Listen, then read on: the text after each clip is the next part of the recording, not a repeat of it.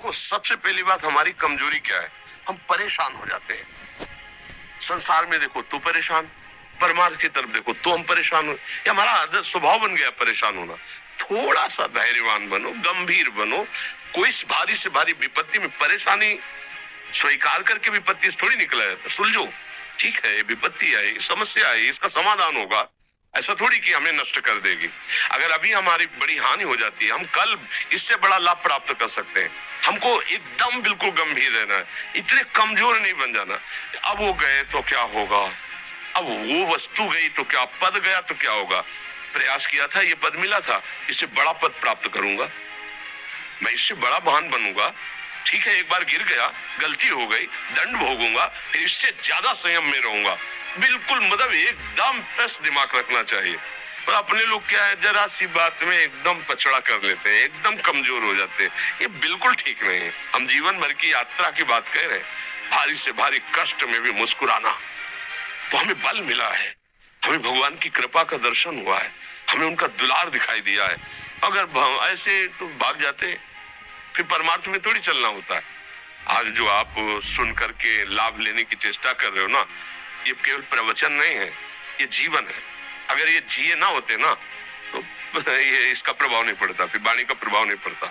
हम इसीलिए कहते हैं, जैसे आप लोग एकदम परेशान हो जाते हैं जब बोलो, क्या हमसे ज्यादा परेशानी होगी? दोनों किडनी खराब, दवाई लाने के लिए पैसे नहीं, पानी रखा है हम उठ के पी नहीं सकते, भीषण शरीर में कष्ट, भीषण बुखार, क्योंकि किडनी फेल, जरा में बुखार, खाने को क्या, रोटी मांग के लाओ। अगर वहां सब्जी मिलती है तो लाल मिर्च ऐसी पड़ के मिलती थी कि पा नहीं सकते थे। आप सोचो, पानी लाना है तो मुझे लाना है, पीना है तो मुझे पीना है। अगर मैं हारता तो कहां पहुंच जाता, क्या स्थिति होती? नहीं, मरना है, पर कदम पीछे। कोई दिन ऐसा नहीं जिस दिन सेवा ना की हो, जिस दिन सेवा ना गए हो। गुरु जी की सेवा में जाना है, पहले अपने को स्वस्थ साबित करना है, नहीं वो सेवा नहीं लेंगे।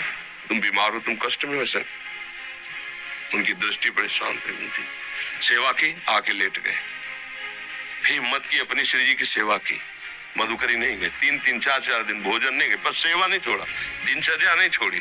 और उसका प्रधान कारण संयम, ब्रह्मचर्य, भगवत आश्रय, नाम जप, कभी हारने नहीं दिया। अभी भी थोड़ी देर बाद डायलिसिस शुरू होगा, हारने, आपको हारे हुए नजर आ रहे हैं। शरीर में पीड़ा है, किडनी फेल है, ऐसा थोड़ा स्वस्थ बैठे, पीड़ा है, बार बार प्यास लगती है, थोड़ा थोड़ा पानी मिलता है, हर, लेकिन हम आनंदित हैं, हम प्रसन्न हैं। हम लड़ाई में हारे नहीं हैं, ना हारेंगे, हम जीत चुके हैं। हम अपने मालिक के भरोसे में अपना संपाद, तो वो, ये हम अपनी बड़ाई नहीं बता रहे, हम आपको बता रहे समस्या। सोचो, तुम्हारे पास तो माँ है, भाई है, बहन है, परिवार है, कोई ना कोई तो है ना। मेरा किसी ने कभी जीवन में ध्यान भी नहीं दिया, क्यों?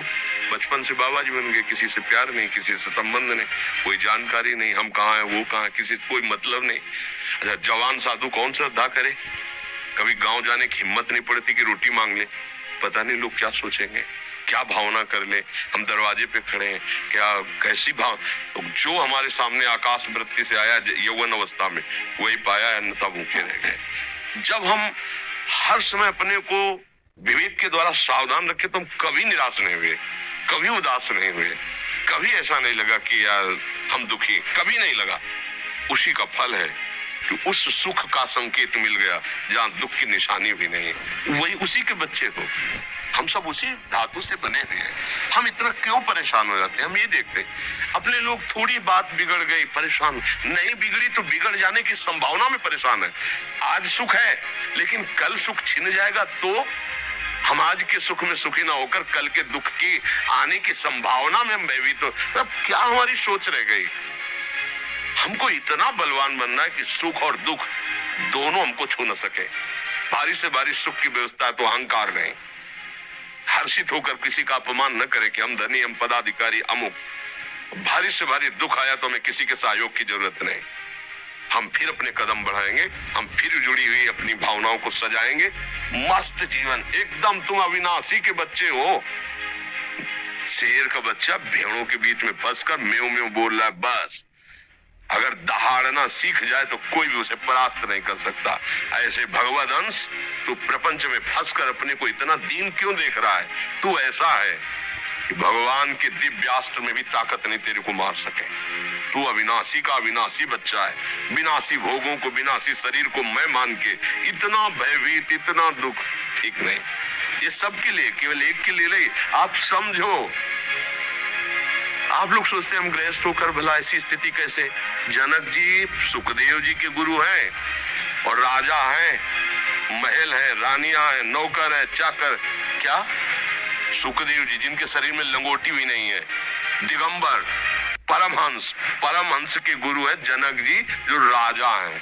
समझो आप ऐसा ना सोचे कि हम नौकरी कर रहे हैं, हम संसार में, हम गृहस्थ हैं, हम आध्यात्मिक की ऊंचाई पर नहीं चढ़ सकते। नहीं, आप एक सरकारी नौकरी या आप किसानी या व्यापार करते हुए आप एक अध्यात्म की ऊंचाई में चढ़ सकते हैं। और अध्यात्म ही है जो तुम्हें इस माया के दुख सुख से ऊपर उठा सकता है।